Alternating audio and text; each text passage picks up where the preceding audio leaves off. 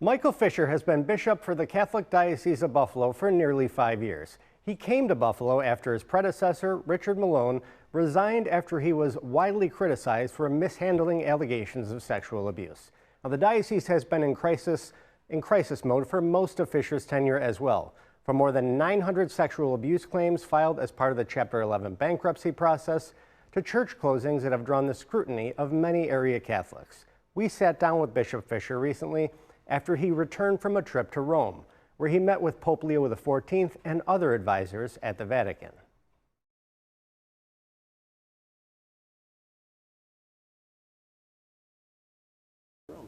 It was wonderful. I had a chance to greet and meet the Holy Father. He was able to offer his blessing and certainly to the people here in Buffalo, and as well as to me. And that's a unique opportunity at times, even for bishops, I think, and to be able to sit with him and just kind of get to know him. Yeah, this is a unique thing. He's the first American pope. Mm-hmm. Was he a little more aware of all the intricacies of what's been going on in your diocese? Oh, absolutely. We presented him with a Bills jersey and also a book on the life of Nelson Baker, as well as a picture of Nelson Baker. And I reminded him that we're in the midst of trying to get Monsignor Baker canonized, so he smiled and thanked us for that. But it was basically, it was a chance for me to share with him and what we're going through here in the diocese, and I'm sure he's very familiar with the United States and the church here, and particularly in the Northeast. But he mostly listened, and he's very empathetic, and again was just all encouraging me, as well as offering his blessings, and I assured him of the prayers of our good people here. Yeah, what was your main message to the Holy Father as far as the road to renewal, Mm-hmm. church closings and mergers, bankruptcy, all these issues that you have on your plate? What was your message to the Pope? Well, that it's essential for us to emerge from and to be hopefully moving forward with a sense of hope with the people. We've got a lot of things going on, the restructuring of the diocese, as well as the Chapter 11, but the road to renewal, is hopefully about us trying to look at what resources we have and to move together as a people of faith, and that's urgent for us. We've been in bankruptcy for 5 years, and it's time that we are able to move forward with a sense of hope. So it gave me an opportunity to share with him the urgency of that message and to just seek his prayers. So the dicastery for the clergy, did you have any discussions with them about the plans? Mm-hmm. Yes, I met with a number of dicasteries, certainly for clergy, which deals with the merging and closing of parishes, the dicastery of bishops, who, they're looking sort of how I'm doing. And then we went to evangelization. I didn't want it just to be about administration. I wanted it to also be focused on the pastoral care of the diocese. So I thought going to the dicastery for evangelization was important, where we talked a lot about the importance of communities of faith and how our pillars are our attempt to try to address those kinds of needs. We went to the dicastery for the protection of minors, had a wonderful conversation there where we sort of looked at a high level of the church and its work with the policies and the procedures for the protection of minors. They encouraged us again in our work with our audits and the CARA report, that we try to do all we can to implement those. We went to the Institute for Anthropological and Behavioral Studies. There's a priest there, Father Hans Zoller, who is a Jesuit. He teaches at the Gregorian, and he was talking about the protection of how, as church, we're approaching the protection of minors and those vulnerable adults and vulnerable persons. And he thinks we need to be in a more positive looking with that, particularly with continuing education of our clergy, of our people, our volunteers, so that safe environment just isn't a requirement, that it's a part of our ministry and a part of the life of our church now. So it was very good. So the dicastery suspended some of the contributions made by the parishes who are appealing toward the bankruptcy settlement for the duration of recourse, noting, quote, the grave legal questions raised by this plan. How do you defend that plan given that response by the Vatican? Oh no, we dealt with basically looking at the process and how we're moving forward with the process. And they encouraged us to continue to do that. There's always going to be questions of clarification.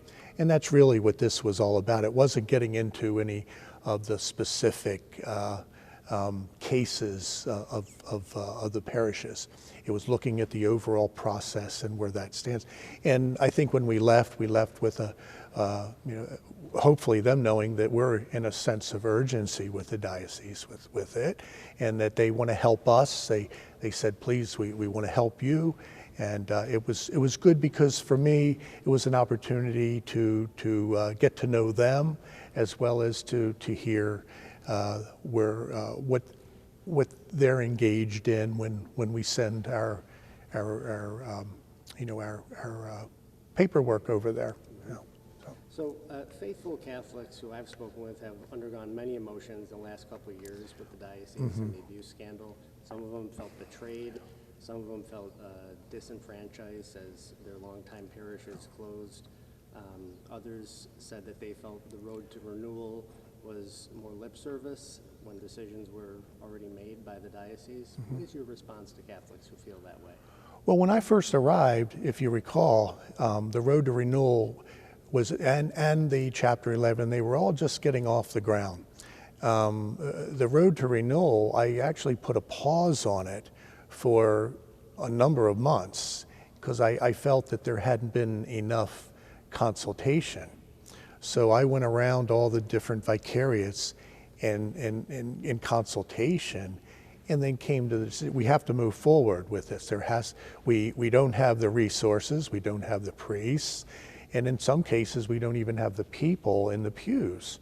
So a restructuring had to be done, but in a way also that is positive. So this was, there's no, and Charlie, you know this, there's no workbook or rule book that anybody has come up with. Every diocese, though we have similar situations, we also have different resources and how those come together. So we have to look at how we're doing things. And you know, I know in the case of the road to renewal that those that are putting the pillars within the family of parishes are a way to organize and to look at how we're administering our family of parishes, but also how we're pastoring in them. So it's not just an administrative exercise; it's the life of these parishes, and we're finding success in those that are implementing the pillars in a correct way, and in those that aren't, we have our challenges. So we do have to address those. We'll be right back after a brief commercial break. We're back now with part 2 of our interview with Buffalo Bishop Michael Fisher after his recent trip to Rome, where he met with Pope Leo XIV and other church officials at the Vatican. The bankruptcy settlement, it seems like there is a tentative agreement. Are you disappointed that it has taken 6 years to get to this point and that there are survivors now who have passed on before this could happen? Oh, absolutely. Yeah, I wish we could have settled it the first year, but we have a very complex situation in that we're not only restructuring, but we're also trying to bring some restitution and healing. I see healing, and I've shared this. I really mean this as a bishop. That's one of my number one priorities, is to bring healing to the victims and those who have been abused, as well as our people in our parishes, our clergy. So it's these aren't easy issues. We're dealing with human beings and their souls, their humanity, and I don't want to continue in that. We've got, that's the urgency that I talk about. We need to move forward with this and continue with the process as much as it's painful, so that once we're through this, hopefully we can have some sense of hope and be together. There are parishioners who want to make survivors whole, but they look at this and they say, well, the diocese, the bishops, your predecessors are the ones who caused this mess. Why should they have to pay for this? Why not tap into the Mother Cabrini Fund or a trust like that? Because the Catholic Church is a pretty rich institution worldwide. But this, I see that this is our time as church. This is our issue. As we were told, and shared at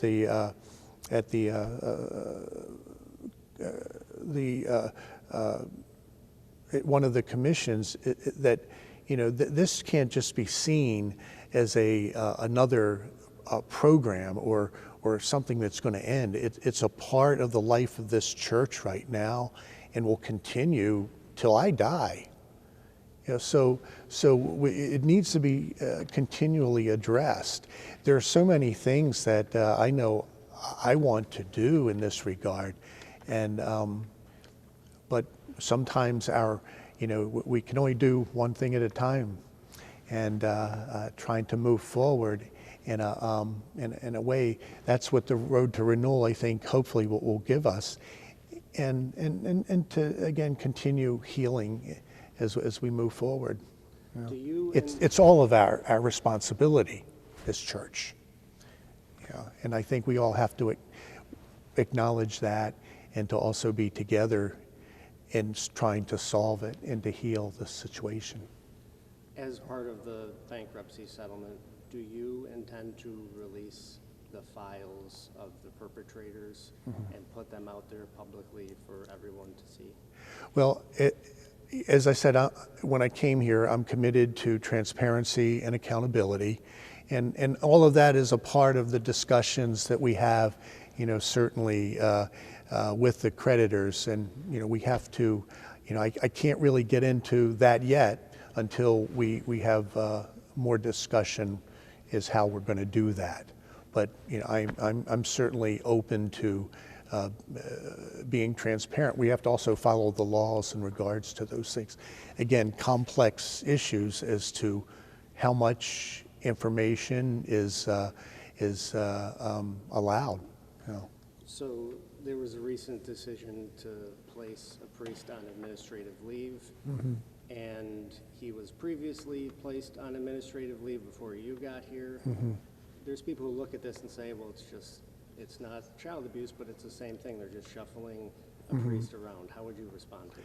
Well, again, I think these are personnel issues, and a lot of times is this child? Are we putting a template of child abuse onto adults? We again have to follow our policies and procedures in order to address those, and that's why we have certainly our independent review board to look at those things and to investigate those, and to hopefully make the right decisions when it comes to that. I asked survivors if they wanted, along with parishioners, to ask questions of you, and I had a survivor who said to me, I would like to know why, when we were promised more meetings with Bishop Fisher as a group of survivors in 2023, there has not been one communication from the diocese since. Why is that? Well, I'm open to that. You know, I have had a number of meetings, but you know, having that them request that, I'm certainly open to meeting with them. You know, so it's just a matter of getting those things scheduled, or them approaching me and asking to come to see me. You know, but I'm always willing to talk to them. Father Richard Biernat, why is he still not allowed to be a priest in the diocese? Well, that's a specific personnel issue, you know, that I have, you know, that when a bishop and a priest talk about that, you know, I don't want to go, you know, go there with that, because, again, I don't want to, you know, talk about something that is his business, you know, and the business of the church. So. Anything that we did not cover that you want to talk about as far as Rome and your attitude? No, just that I, you know, I want to see us healing, you know, and I want to see us moving together in unity. The Holy Father, again, assured us of his prayers and his blessings, so he encouraged me to continue to move forward, and to do what we can to get through this. So. You know what? A lot of people keep asking me who accompanied you to Rome. It was you, Rick Sukan, Brian Zeleneski. Was there some third official that people? Yeah, Father Peter Santandro. He's our canon lawyer. So we always need our canon lawyer when you're talking to Rome. So, okay. So these were the different aspects of the discussions that we had to have. Do you think, best case scenario, when this bankruptcy wraps up, will you be issuing some sort of apology on behalf of the diocese? I very much would like to do that. I think it's important that we do that. I think bishops certainly do that. I have apologized before, but I think a formal apology at that point would be appropriate and needed. You know, and I think it needs to be sincere and from the heart. As I said, this is an issue that even when bankruptcy is over is going to be finished. You know, the healing, actually, I think, for victims that want further healing, we need to continue to look at that in ways to help them. You know. A few days after we shot this interview, the diocese confirmed a report that the Vatican has opted to reverse the closure of St. Bernadette Church in Orchard Park. Several other church closings have been upheld, and parishioners continue to fight to keep their churches open as lawyers work out a bankruptcy settlement deal worth more than $270 million. We'll keep you updated on these developments on our website, WGRZ.com, and right here on WGRZ+. I'm Charlie Specht, and thank you for watching.